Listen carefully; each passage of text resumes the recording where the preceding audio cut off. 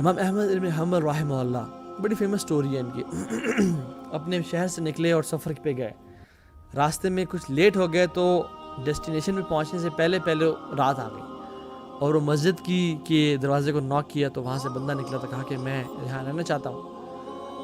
تو اس ٹائم کی جو مسجد کی کمیٹیز تھیں وہ آج کل کمیٹی سے کوئی ڈفرینٹ نہیں ہے. انہوں نے کہا کہ نہیں ہمارے یہاں کوئی پالیسی نہیں ہے، آپ یہاں رات کو نہیں گزار سکتے. اگر ہم نے آپ کو رات کو ٹھہرایا تو پورا شہر ہمارے پاس آ کے رک جائے گا. تو انہوں نے کہا کہ نہیں جی آپ جائیں. تو ایک نان بنانے والا بریڈ میکر گزر آتا،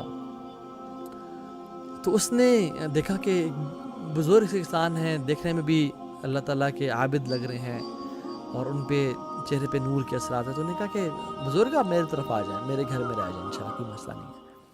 اپنے گھر لے گئے، اور چونکہ وہ دن میں بریڈ بیچتے تھے تو رات کو اس کو بریڈ کو گوندنا پڑتا تھا. تو وہ اپنی بریڈ کو گوندتے ہوئے ان کو امام کو اپنے سامنے بٹھایا. ان کو نہیں پتہ ہے کون شخص ہے. تو کہتا ہے استغفر اللہ واتوب الیک، استغفر اللہ واتوب الیک. تو امام احمد ابن حنبل رحمہ اللہ بڑے حیران ہوئے. انہوں نے کہا کہ یہ آپ کا معمول ہے یا آپ آج یہ کر رہے ہیں؟ کہتے نہیں میرا معمول ہے، میں ہمیشہ اس طرح کرتا ہوں. تو انہوں نے کہا کہ آپ نے اپنی زندگی میں اس ذکر کے کوئی بینیفٹ بھی دیکھے ہیں، کچھ اپنے فوائد بھی دیکھے ہیں ذکر کے اپنی زندگی میں؟ تو اس نے کہا آپ کو میں کیا بتاؤں، اللہ تعالیٰ نے میری ہر دعا قبول کی ہے جب سے میں یہ ذکر کرنا شروع ہوا. میرے پاس مال نہیں تھا، میں غریب تھا، میرے پاس اب اتنا مال ہے کہ میں خوش ہوں. بس ایک دعا جو ابھی تک قبول نہیں ہوئی. تو نے کہا وہ کون سی دعا؟ کہتے ہیں کہ میری بڑی خواہش ہے، بڑا نام سنا ہے میں نے امام احمد بن حنبل کا، آج تک میری ملاقات نہیں ہوئی اور میں کافی عرصے سے دعا کر رہا ہوں، بس یہ ایک دعا قبول نہیں ہوئی. امام فرماتے ہیں لقد جررت الیک جرا، مجھے ایسے لگتا ہے کہ جیسے مجھے اپنے شہر سے نکال کے اللہ تعالیٰ کے گھر سے مجھے نکال کے آپ کے گھر میں لایا گیا ہے آپ سے ملاقات کے لیے، کیونکہ مجھے اللہ کے گھر میں رہنے کی اجازت نہیں ملی.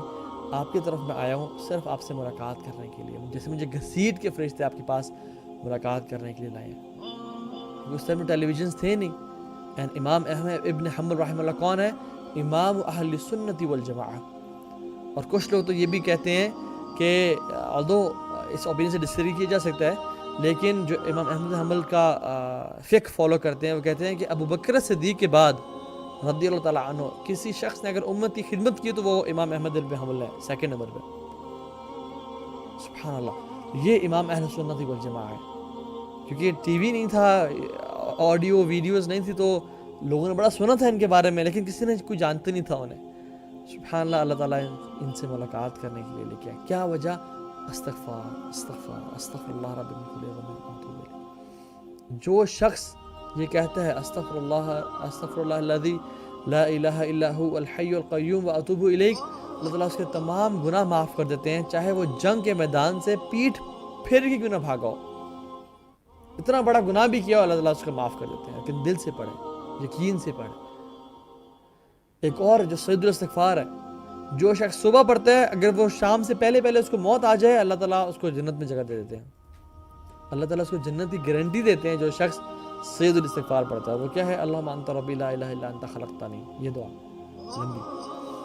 اور جو شخص رات میں پڑھتا ہے اگر صبح سے پہلے اس کو موت آ جائے تو اللہ تعالیٰ اس کو صبح کے آنے سے مطلب جنت میں داخل کر دیتے ہیں. And Muslim should be like different balls ہوتی ہیں نا، باسکٹ بال، والی بال، کاک بال. اگر آپ باسکٹ بال کو یہاں سے پھینکیں تو مے بی اس کی it will bounce back to like this place.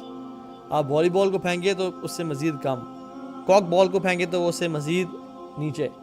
لیکن میجک بال کو اگر آپ پھینکیں یہاں سے تو نیچے باؤنس کر کے واپس اپنی جو اوریجنل جگہ سے بھی اوپر جاتی ہے. تو literally we Muslims should be like magic balls. جب ہم سے کوئی گناہ ہو جائے، جب ہم اپنے کسی جگہ سے گر جائیں تو توبہ استغفار اتنی کثرت سے کریں، اتنی زیادہ کریں اور اتنے زبردست طریقے سے ریپینٹ کریں کہ اللہ تعالیٰ آپ کو اپنی اوریجنل پلیس سے بھی اٹھا کے اوپر لے جائے اور اللہ تعالیٰ آپ کو بخش دے اور معاف کر دے. تو یہ امپورٹنٹ چیز.